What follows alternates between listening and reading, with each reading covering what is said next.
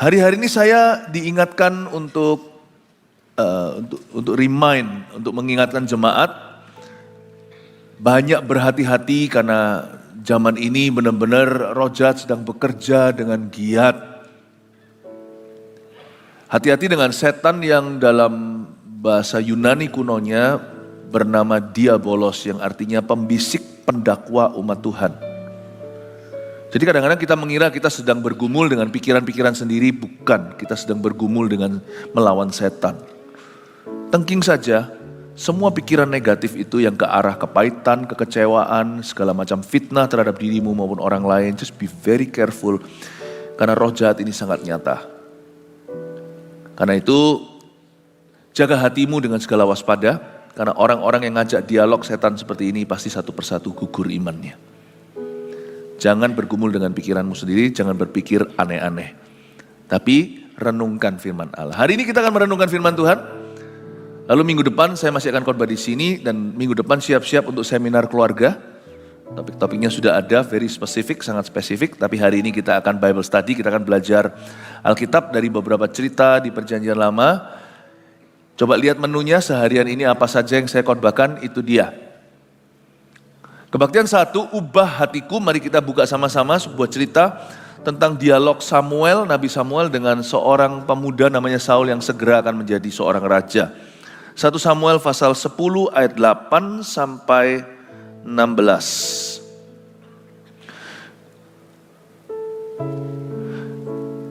Ya, 1 Samuel pasal 10 ayat 8. Engkau harus pergi ke Gilgal mendahului aku, kata Samuel. Dan camkanlah, aku akan datang kepadamu untuk mempersembahkan korban bakaran dan korban keselamatan. Engkau, maksudnya Saul, engkau harus menunggu 7 hari lamanya, sampai aku datang kepadamu dan memberitahukan kepadamu apa yang harus kau lakukan. Ini pembicaraan sebelum jauh, enggak terlalu jauh sih, tapi sebentar lagi Saul akan diurapi untuk menjadi raja Israel yang pertama. Dan ketika Tuhan sedang mempersiapkan anak muda ini, Tuhan pakai Nabi Samuel untuk menjadi penyambung lidahnya. Samuel ngomong gini, kasih pesan sama Saul. Saul baru aja kenalan sama Nabi ini. Samuel berkata, kamu ya, young man, anak muda, kamu harus pergi ke Gilgal mendahului aku. Kamu pergi dulu gak apa-apa.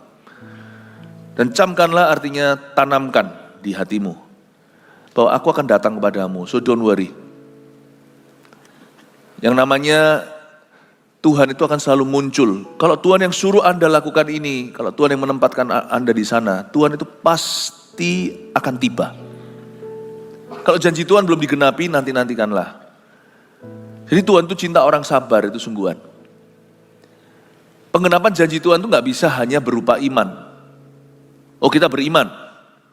Tapi iman itu tidak selalu dijawab dengan instan. Kadang-kadang mujizat terjadi. Kadang-kadang kita harus bertekun dulu.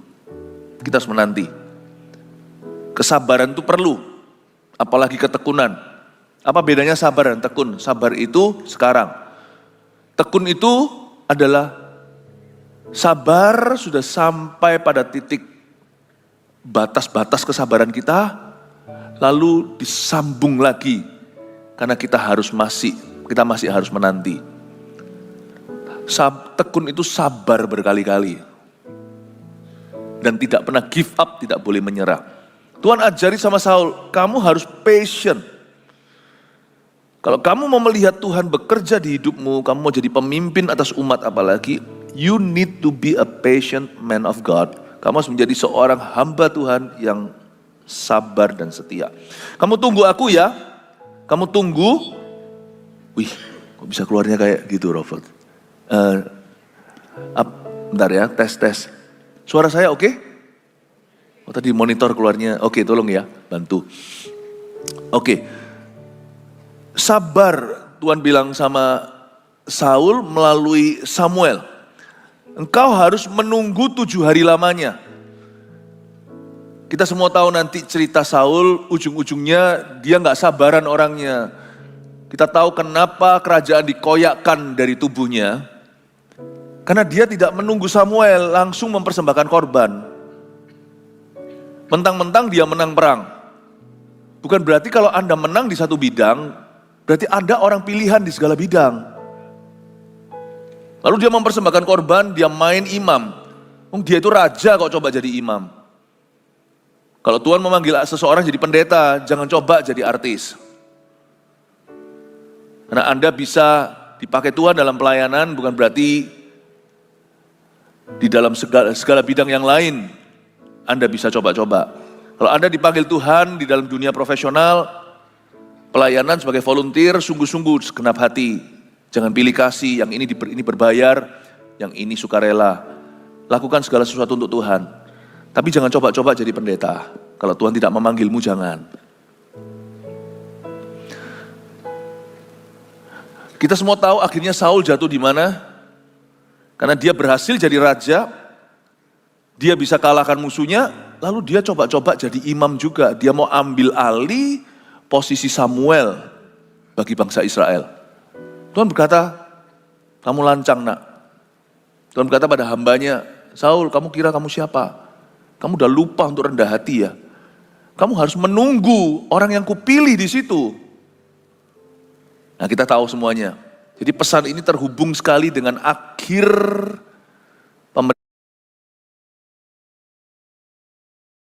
pemerintahan Saul. Ternyata pesan pertama Samuel itulah yang dilanggar Saul dan menjadi kejatuhannya. Saul berkata, diberitahu sama Samuel, kamu harus nunggu ya 7 hari lamanya. Sampai aku datang kepadamu. Begini ya, kita harus ketahui dulu. Ini adalah pertama kali bangsa Israel akan memperoleh seorang raja.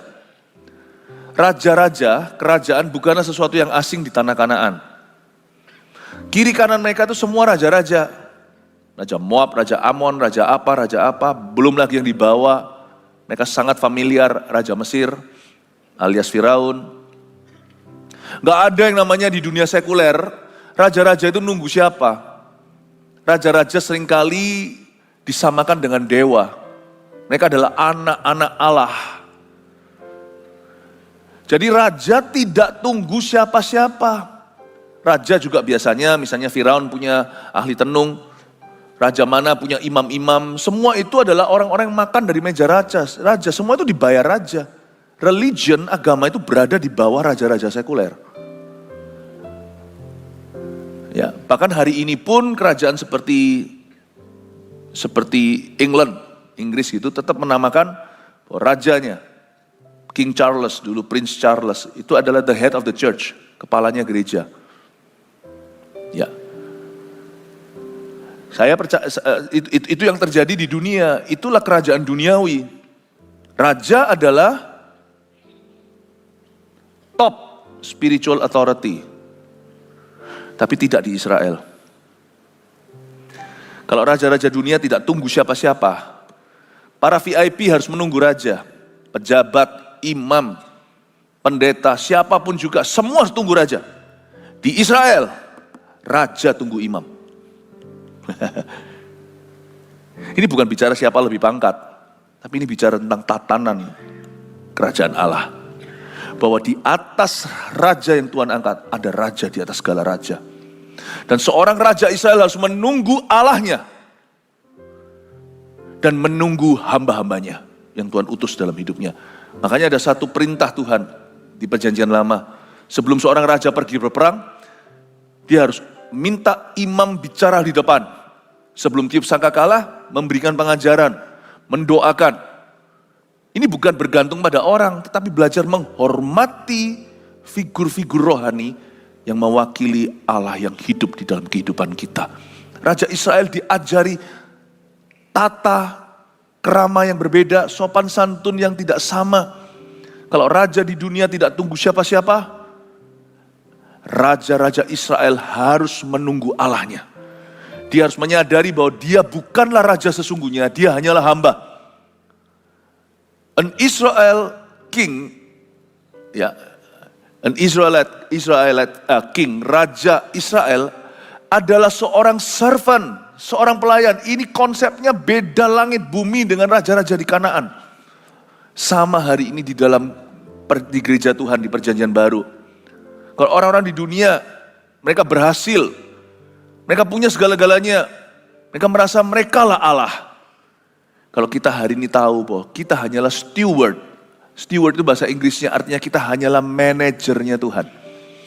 Kalau kita berhasil di satu bidang, misalnya ada satu orang sangat sukses di dunia bisnis, itu kepercayaan.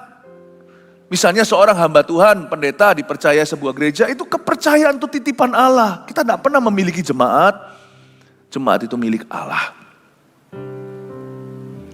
Kita harus belajar untuk jadi babysitter yang baik, sekalipun kita diberikan otoritas dan wewenang lebih tinggi dari yang lainnya, tapi itu untuk menjalankan pemerintahan Allah, bukan pemerintahan sendiri. Demi kebaikan umat Tuhan. Kalau kita dipercayai anak-anak, kita sebagai ortu atau orang tua, papa mama, itu kepercayaan.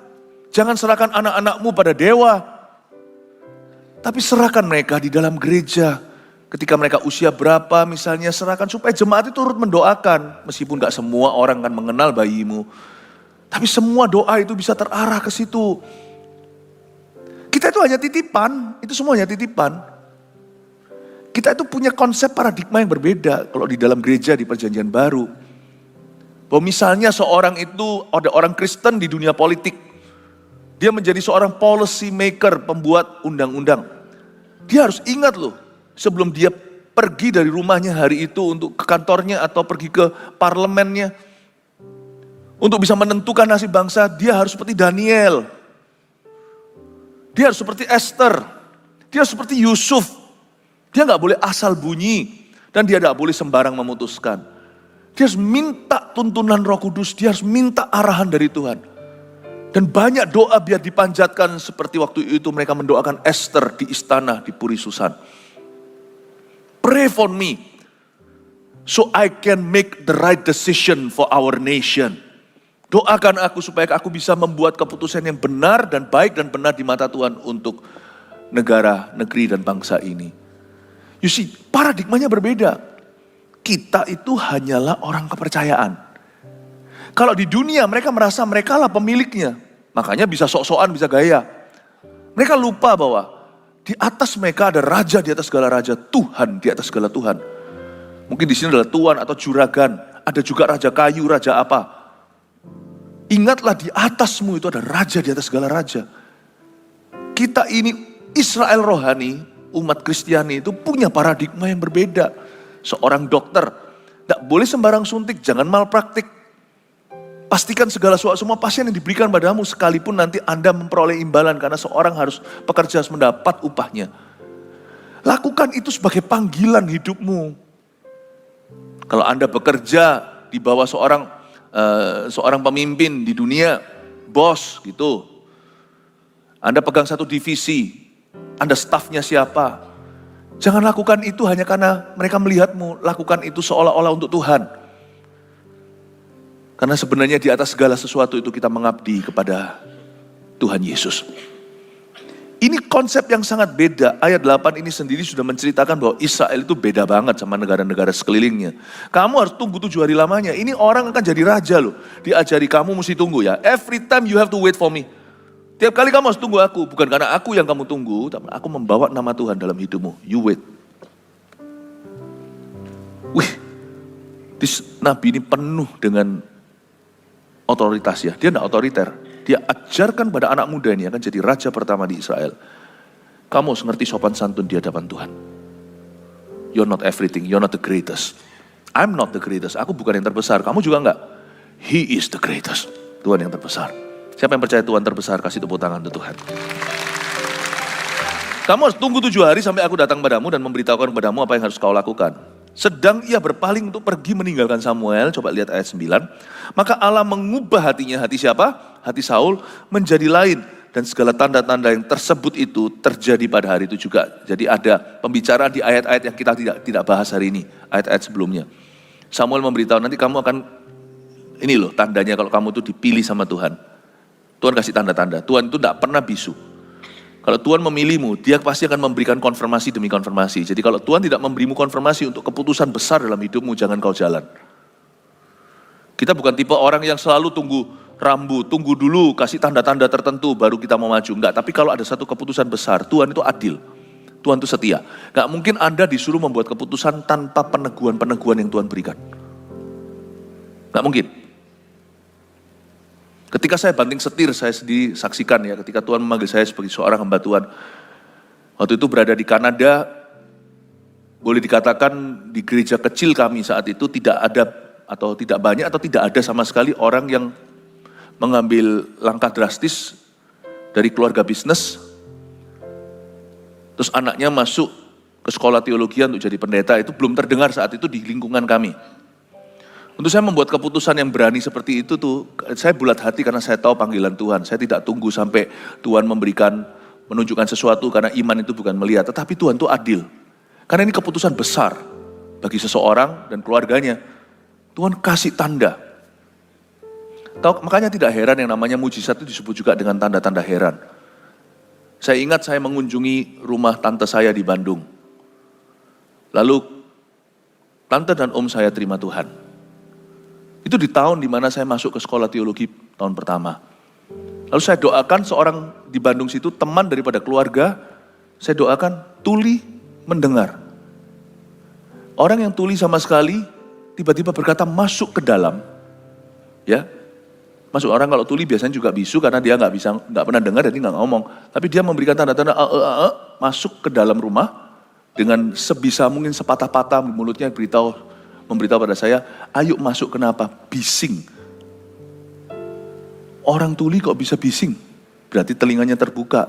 Saya terkejut. Waktu saya masuk ke dalam, saya doakan dia mendengar kata-kata. Di luar sana dia mendengarkan keramaian.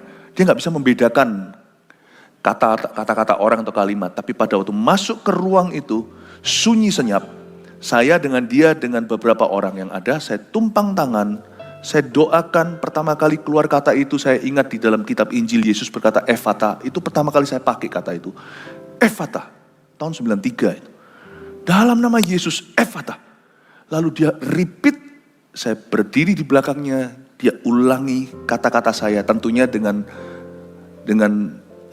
kata-kata yang tidak jelas karena dia baru pertama kali ngomong. Menangislah semuanya, terharulah, tertawalah semua emosi di situ. Ketika saya senang sekali, saya bersyukur itu Tuhan berkata, kamu jangan bersuka cita karena mujizatnya. Tapi karena namamu tertulis dalam kitab kehidupan, saya diingatkan selalu untuk landing lagi. Ketika Tuhan membawa kita untuk melayang, untuk ngawang, melihat perkara-perkara supranatural, saya dibawa landing lagi. Core-nya intinya itu apa? Intinya adalah namamu tertulis dalam kitab kehidupan. Lalu Tuhan tambahkan sesuatu, Roh Kudus bicara ke saya. Aku berikan mujizat hari ini sebagai tanda bahwa aku yang memanggilmu jadi hamba-Ku. Saya nangis. Saya berkata, thank you Tuhan, terima kasih. Aku tidak minta tanda kau berikan. Supaya aku itu tidak nanti dalam perjalanan kalau dicobai untuk menyerah. Aku ingat Tuhan yang memanggil saya. Bukan manusia, bukan pikiran saya. Ini bukan ideku Tuhan, ini idemu. Bapak ibu saudara, saya memberitahu kepada Anda, tanda-tanda yang diberikan pada setiap kita itu beda sesuai dengan bidangnya. But if God calls you, kalau Tuhan memanggilmu di dalam dunia bisnis, hati-hati kau berjalan, karena Anda bukanlah pemilik bisnis itu, tapi Tuhan. Tapi kalau Tuhan yang memanggilmu di marketplace, saya yakin nanti sepanjang perjalanan Anda pasti akan mengalami peneguhan-peneguhan Allah. Berkat yang namanya too good to be true but it's true. Sesuatu yang rasanya gak masuk akal, terlalu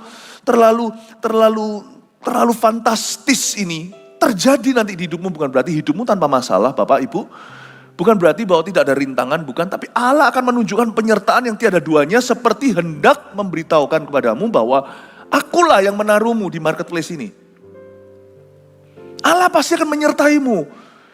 Kalau Tuhan kau libatkan di dalam hubungan Anda, misalnya anak muda pacaran lalu dalam kekudusan, lalu kemudian mereka menjalin tali pernikahan, they tie the knots, itu bahasa Inggrisnya. Meskipun mereka pas-pasan, ngos-ngosan mungkin ini, tapi lihat ya, kalau Tuhan yang mendirikan rumah tangga ini, siapa bisa meruntuhkannya? Nanti Tuhan akan tunjukkan penyertaannya dalam keluargamu. Anda tidak pernah sangka ketika Tuhan yang memberi anak itu, Anda tidak tolak, Anda tidak kutuki anak itu. Memang sesuai perencanaan, tetapi Anda tahu bahwa kekuatan Anda tidak seberapa, tapi setelah Anda diberi anak, Tuhan juga memberikan rezeki di dalam pekerjaan Anda. Kok tiba-tiba bisa aja sekolahkan anak dengan baik, lalu tiba-tiba bisa beli rumah. Ini bagi Anda mungkin mustahil. Ini bukan bicara tentang kemakmuran, bicara tentang provision atau persediaan, penyediaan Allah. Anda mau suatu hari bisa berkata dan bersyukur waktu Anda mesbah keluarga, Tuhan, jikalau bukan Tuhan yang mendirikan rumah, sia-sialah orang mendirikannya. Itu sungguhan Tuhan. Terima kasih Tuhan, Kau yang membantu kami mendirikan rumah tangga ini. Kami bersyukur kami punya Tuhan. Di dalam keluarga ini Tuhan ada di tengah-tengah. You are our provider. Engkaulah pemelihara kami. Engkau yang menyediakan bagi keluarga ini. Engkaulah pemimpin di rumah tangga ini. Engkaulah Bapak di sini. Engkaulah juru selamat kami. Engkau yang ajari aku untuk bisa mendidik anak-anakku. Kalau Tuhan yang memberi Anda anak, ya, Tuhan juga akan membantu Anda untuk membesarkannya. Bahkan ketika anak itu nakal dan sebagainya, nanti Anda akan lihat penyertaan Allah. Mungkin gak langsung semalam dia berubah, tapi tiba-tiba suatu hari dia akan datang, Mama, aku mau melayani Tuhan, Papa. Kaget Anda. Jadi Anda ingat bahwa kalau Tuhan yang menaruh Anda di sana, kalau Tuhan yang memberikan itu kepadamu, our God is the most responsible person. Tuhan kita adalah Allah yang paling bertanggung jawab atas umatnya. Tuhan akan memberimu tanda-tanda. Mintalah tanda, bukan seperti orang yang mencobai Tuhan loh ya. Kalau memang Tuhan coba, prove it. Nah itu kan attitude atau sikap hatinya udah salah. Tapi kepada orang yang rendah hati, bukan kepada orang yang menantang-nantang, Tuhan pasti akan meneguhkan demi meneguhkan perjalanan hidupnya. Itulah Tuhan yang kau miliki Bapak Ibu. Karena itu kita jangan mengeluh. Setiap kali kita datang ke gereja kita bersyukur kita punya Tuhan seperti itu. You know, tahukah Anda menyembah Allah yang hidup. Anda bukan menyembah berhala. Dia tidak bisu, tidak tuli, dan dia bisa menjamah. Dia bergerak dengan Anda. Dialah Allah yang nyata. Nah sekarang saya tunjukkan ayat 9 ada suatu tindakan profetik yang terjadi di sana. Sedang ia berpaling untuk pergi meninggalkan Samuel. Saul setelah diberitahu kamu harus tunggu ya 7 hari lamanya. Lalu dia berpaling kan. Untuk pergi meninggalkan Samuel ketika mereka berpisah. Maka Allah mengubah hatinya. Malah Allah mengubah hatinya menjadi lain. Biasanya manusia Tuhan pakai untuk set the stage atau untuk mempersiapkan jalan. Kita ini seperti Yohanes Pembaptis lah. Mempersiapkan jalan bagi Tuhan. Makanya pastikan bahwa kita semua itu hamba-hamba Tuhan dan bukan menjadi alat setan. Hidupmu dan hidupku itu harus menjadi Yohanes Pembaptis bagi orang lain. Dan di dalam hidup kita pasti ada Yohanes Pembaptis yang Tuhan utus ke dalam kehidupan kita. Nah setelah kita berpaling dari mereka, ketika kedua manusia ini pisah, baru setelah itu Allah bekerja dan mengubahkan hati Saul menjadi lain. What am I trying to say? Apa yang ayat ini coba katakan kepada kita? Di ujung usaha manusia, disitulah Allah mulai bekerja. Oke ya, kamu harus begini begitu ya. Baik. Pak Samuel, baik Pastor Samuel, nggak tahu Saul manggilnya apa, atau baik Ko Samuel.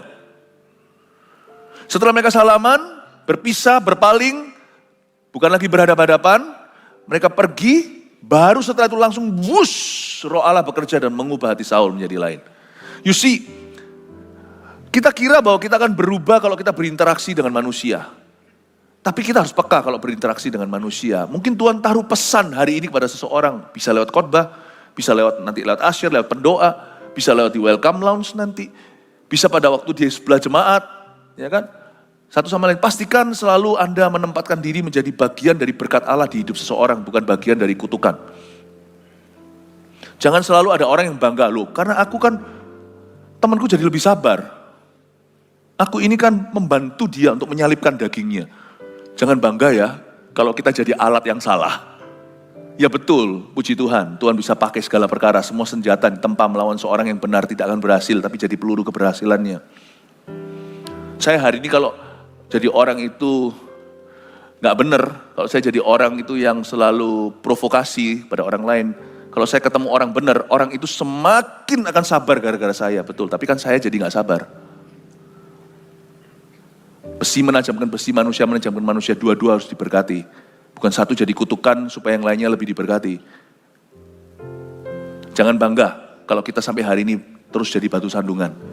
Meskipun orang yang kau sandung tidak tersandung pula karena dia berpegang pada Tuhan. Dia akan semakin rohani gara-gara Anda. Tapi kan Anda semakin salah.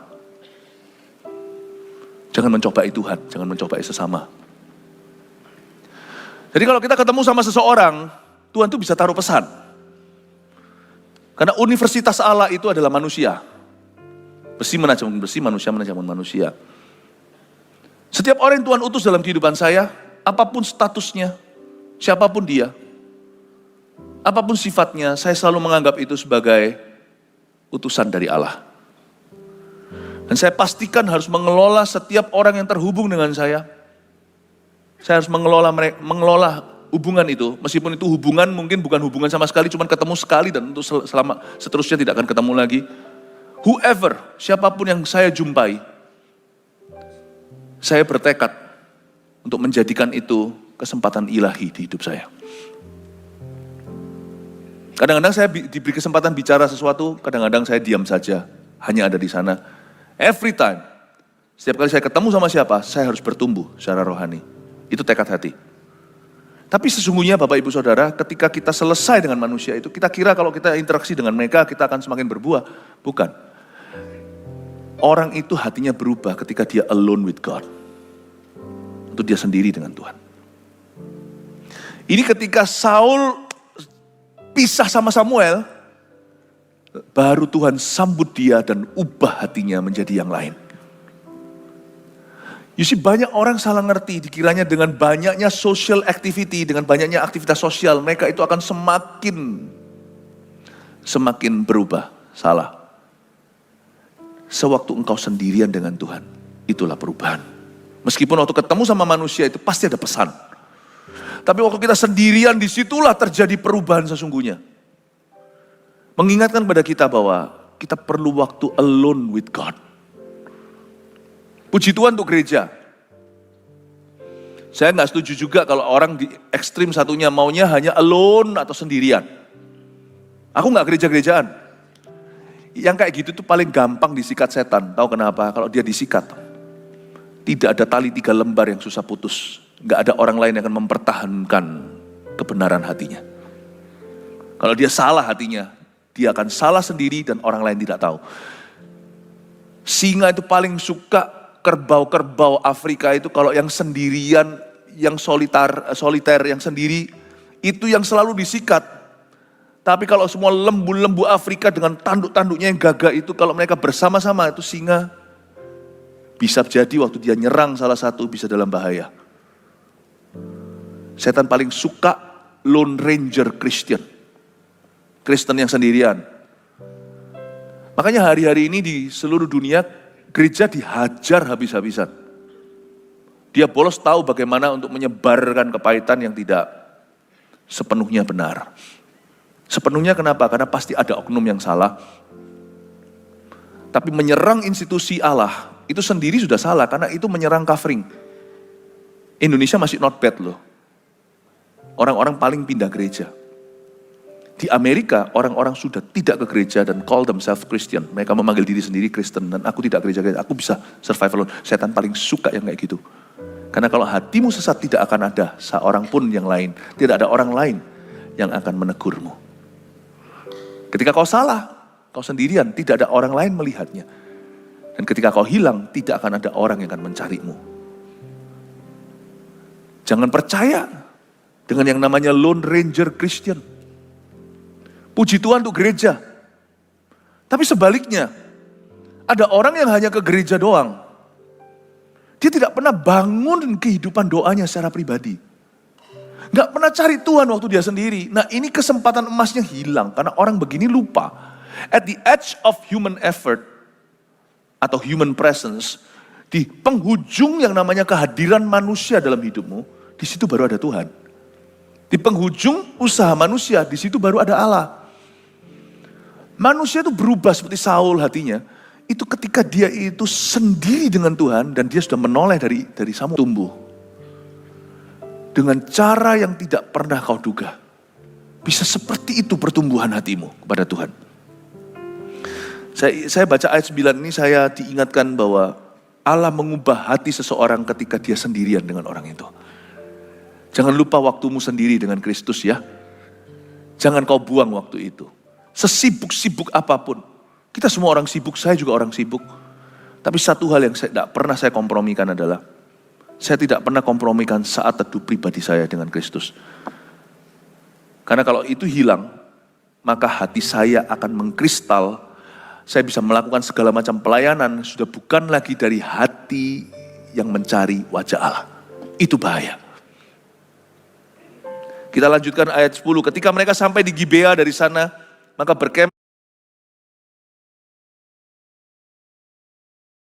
bertemulah ia dengan serombongan nabi. Ini Saul. Salah satu tanda adalah dia akan ketemu dengan serombongan nabi. Roh Allah berkuasa atasnya dan Saul turut kepenuhan seperti nabi di tengah-tengah mereka. Saya nggak ngerti caranya gimana, tapi penulis buku ini menggambarkan bahwa Saul kepenuhan seperti nabi di tengah-tengah mereka. Pasti dia nggak diam aja lah. Sampai orang yang di luar bisa melihat dia kepenuhan, itu pasti ada manifestasi. Tapi manifestasinya bukan manifestasi roh jahat. Kita tahu kalau teman kita dijamah misalnya ada ekspresi, dia nangis. Padahal seumur-umur gak pernah lihat dia nangis. Ya, orang yang paling dingin yang pernah kita kenal. Pasti ada something on Saul, ada sesuatu yang terjadi atas Saul. Yang membuat orang-orang di sekelilingnya bisa melihat dia kepenuhan. Ayat 11, dan semua orang yang mengenalnya dari dahulu melihat dengan heran bahwa ia bernubuat bersama dengan nabi-nabi itu. Lalu berkatalah orang banyak yang satu kepada yang lain. Mereka saling rasan-rasan, ternyata rasan-rasan sudah ada dari perjanjian lama. Ini kabar baiknya. Tidak ada sesuatu yang baru. Tapi mereka rasan-rasan yang baik sih, mereka rasan-rasan fakta. Mereka bukan bicara tentang yang negatif. Lalu berkatalah orang banyak yang satu kepada yang lain. Ini mereka rasan-rasan tentang Saul. Apa kegerangan yang terjadi dengan anak Kish itu? Apa Saul juga termasuk golongan nabi? Lalu seorang dari tempat itu menjawab, siapakah bapak mereka? Itulah sebabnya menjadi peribahasa, apa Saul juga termasuk golongan nabi. Saya tunjukkan sedikit ya. Saul ini tipe orang seperti apa dan keluarganya. Kenapa kok waktu dia kepenuhan seperti nabi, itu jadi heboh dan viral di zaman itu. Karena Saul bukan berasal dari keluarga yang religius. Makanya itu langsung disindir, bukannya dia itu anaknya Kish. Kish itu begini, dia pernah berkata, ya ini pakai bahasa imajinasi, nggak usah Tuhan-Tuhanan, Tuhan-Tuhan bisnis-bisnis. Loh kamu orang Israel, ya tahu orang Israel kan bapakku yang percaya Tuhan. Aku sih percaya kekuatanku sendiri, aku percaya kekuatan money.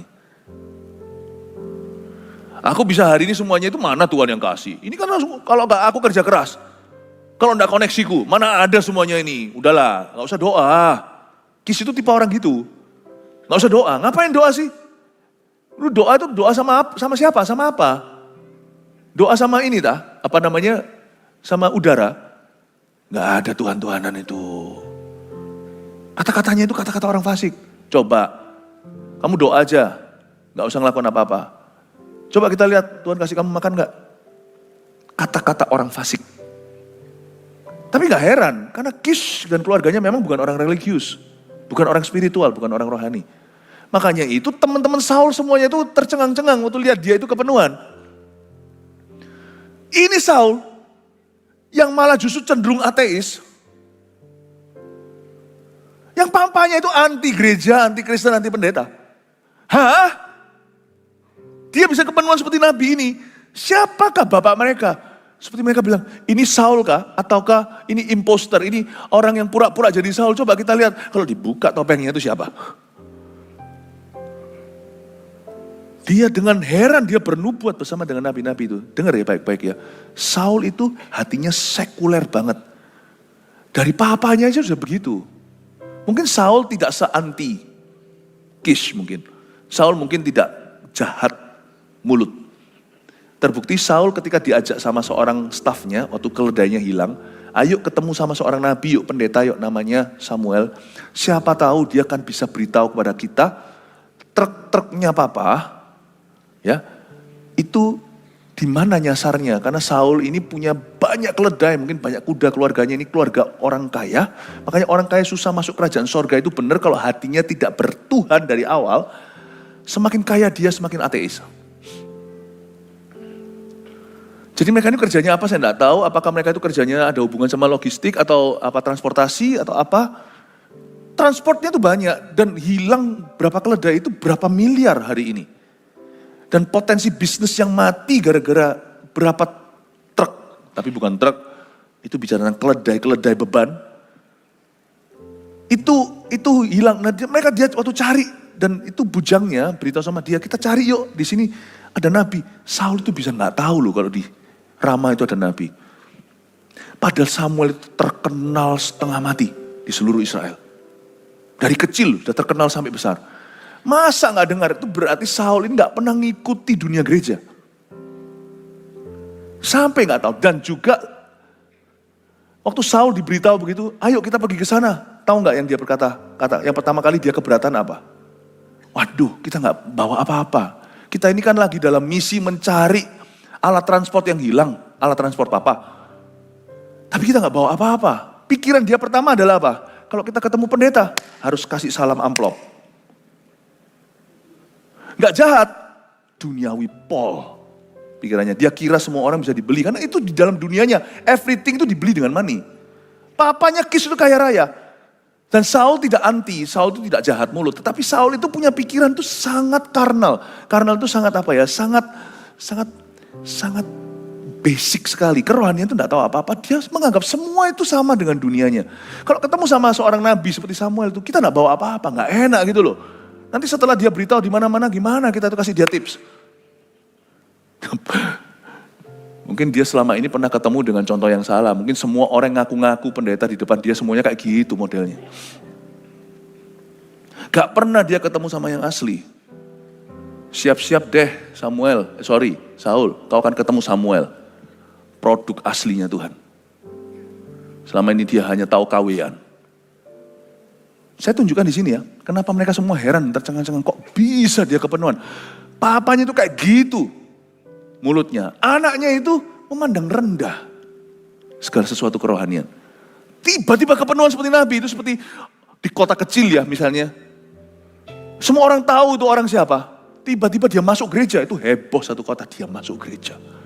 Apalagi fotonya dibaptis. Saya kasih gambaran apa yang sesungguhnya terjadi hari itu. Tapi sedihnya ya, saya kasih lompat dulu. Pada akhir hayatnya, Saul jatuh ya, dan hilang ya. Ternyata saya mau beritahu ya, bahwa Tuhan mengubah hati itu, saat itu Tuhan ubah langsung ketika dia berpaling dari Samuel. Tapi setelah Tuhan mengubah hatinya, apakah Anda mencari Tuhan, itulah yang menjamin perubahan hatimu selama-lamanya. Tuhan kasih dia kepenuhan, dia gak minta. Tapi setelah dia kepenuhan, dia gak minta Tuhan. Jangan kira perubahan hati itu magic show dari sorga. Sorga itu bisa memulai atau menginisiasi. Tapi pilihan tetap ada di tangan Anda, Bapak Ibu Saudara. Kalau kita gak mencari Tuhan juga percuma. Saya mungkin tidak akan selesaikan di ayat-ayat yang berikut-berikutnya. Apa yang saya tidak selesaikan, nanti sebagai pewahyuan tambahan di kebaktian terakhir. Saya mau bicara tentang, kalau nanti Tuhan izinkan, ini saya sisakan di kebaktian terakhir. Saul gimana dialognya dengan omnya. Saya tunjukkan keluarga Kis ini. Omnya juga sama. Orang yang sama sekali tidak rohani. Saya tunjukkan ya bagaimana, tapi saya kasih satu pujian untuk Saul. Saul itu tidak ada, bukan segala sesuatu itu salah tentang dirinya. Di awal-awal karirnya itu dia bagus. Ditunjukkan di situ gimana dia dengan bijaksana menjawab orang yang sekuler. Dia sendiri pun dulu sekuler. Dia menjawabnya gimana. Nanti malam aja saya lanjutkan bagian yang saya tidak selesai. Saya kasih kesaksian untuk mengakhiri khotbah saya. Saya pernah sekali suatu hari, itu di tahun 2000 awal. Mungkin di tahun, oh iya, anak saya masih bayi, anak pertama. Jadi itu di tahun 2001. Suatu hari saya diminta oleh seorang teman dekat untuk mengunjungi satu rumah. Ada satu orang pria yang yang sudah sakit keras, stroke, dan juga hampir bangkrut, berada di ujung kebangkrutan. Saya tidak mau memberikan terlalu banyak informasi, intinya dia punya bisnis, adalah bisnis yang bagus kalau suasana situasi ekonomi baik-baik. Tapi kalau ekonomi lagi runtuh, orang nggak cari itu, orang tidak ngembangkan ke situ. Orang carinya sembako, carinya bahan-bahan dasar. Ya, ini bukan primer tapi sekunder, tetapi memang bisnis besar.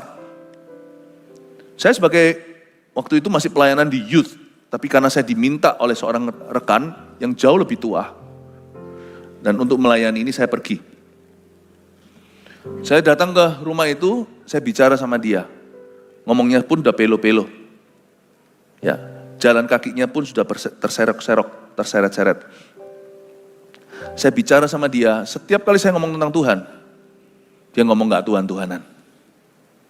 Susah ngomong sama orang gitu, apalagi usia saya terpaut, saya masih waktu itu 20 sekian. Orang itu sudah berumur 60 at least paling tidak. Dan mungkin melihat anak muda juga, dia sendiri sudah langsung menghina. Tapi saya tidak keberatan. Saya cerita tentang Tuhan. Setiap kali saya ngomong tentang Tuhan dimentahkan. Tuhan dimentahkan. Terakhir dia mengubah strategi. Saya ngomong tentang Tuhan, dia ngomong tentang dukunnya. Hati kan langsung panas saya digituin. Pamit saya langsung. Langsung pamit. Terima kasih. Dalam hati, aku sudah lakukan bagianku, saya bisa beritahu nanti sama rekan saya. Saya beritahu saya sudah lakukan yang terbaik, tapi ternyata dia tidak menerima. Ya sudah, terima kasih Pak. Saya pergi. Waktu saya mau pergi, dia nggak nganter. Dia terserok-serok jalannya, suruh pembantunya anterin. Anter, saya mau buka pintu, saya dengar suara Roh Kudus. Kembali, tumpang tangan, sembuhkan dia. Hah?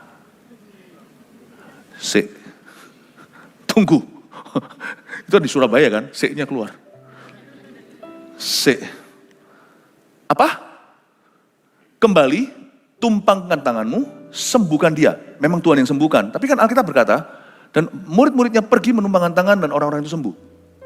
Go, place my healing on his body. Taruh kesembuhan. Saya peringatkan Tuhan loh, waktu saya ngomong gitu tuh. Peringatkan Tuhan, saya bilang, Tuhan harus tahu loh. Ini gak perlu Tuhan untuk tahu. Manusia aja tahu bahwa orang kayak gini tidak akan berterima kasih. Orang kayak gini, ini sudah panas hati kan saya.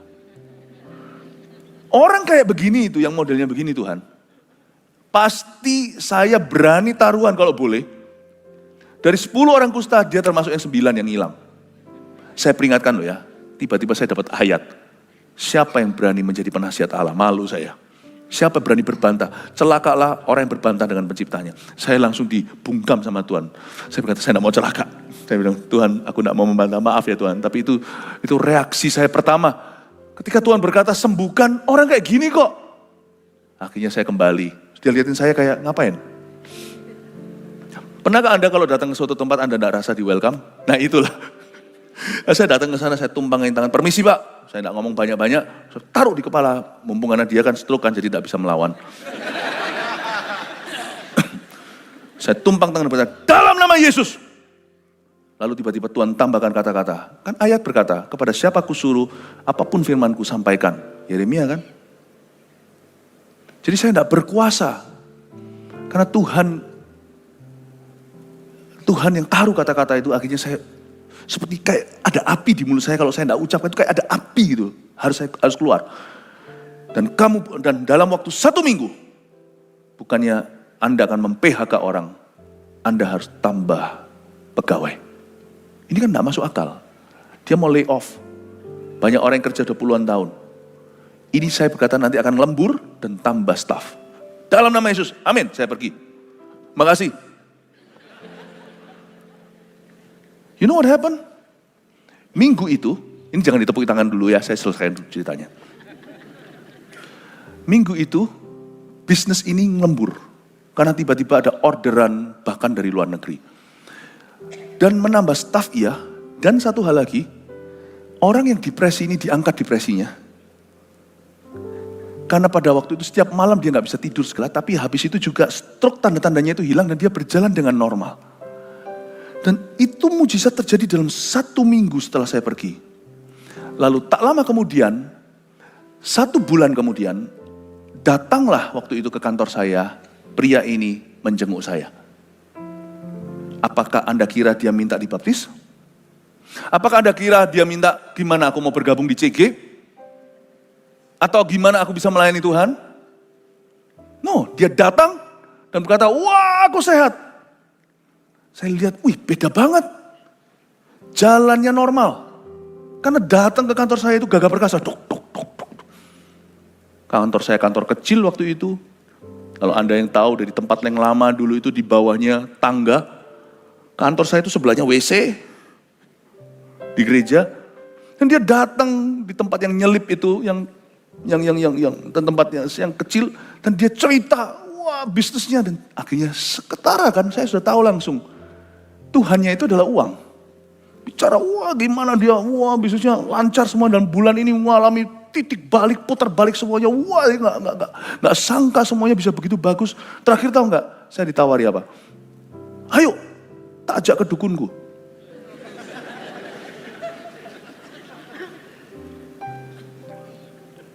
Siapa yang tumpang tangan ke dia? Saya bilang, terima kasih Pak. Disitulah ada ayat, jangan kau buang mutiara ke mulut babi. Karena apapun juga akan diinjak untuk menyerangmu kembali. Sometimes the best thing to do is be quiet. Terima kasih Pak, saya sibuk. Bolehkah Bapak pergi? Pasti saya kurang sopan. Terima kasih sudah datang mengunjungi saya. Saya ya, oh ya, nanti ya, ini ya, kartu namanya. Waktu zaman itu masih zaman kartu nama. Beritahu sama saya, kalau perlu ya kita sama-sama pergi nanti. Saya seneng loh sama you. Saya nggak seneng, bawa senengi. Pergilah dia, lalu hati saya terluka untuk Tuhan. Dan saya berkata pada Tuhan, bukankah aku sudah beritahukan Tuhan, kalau orang ini nanti seperti apa? Banyak orang kalau tumpang tangan kan ragu, sembuh nggak? Saya hari itu malah justru sangat percaya bahwa kalau saya taruh tangan saya, orang itu akan sembuh. Malah saya takut seperti Yunus. Nanti orang-orang ini kalau bertobat gimana? Bukan bertobat kalau Yunus ya, kalau saya, orang-orang ini kalau sembuh gimana? Dia nggak akan terima kasih sama Tuhan. Saya ngomong sama Tuhan, bukankah Tuhan, aku sudah memberitahukan bahwa orang ini begini Tuhan. Keluarlah satu ayat. Datanglah seorang penabur, menaburkan, ada 4 macam tanah.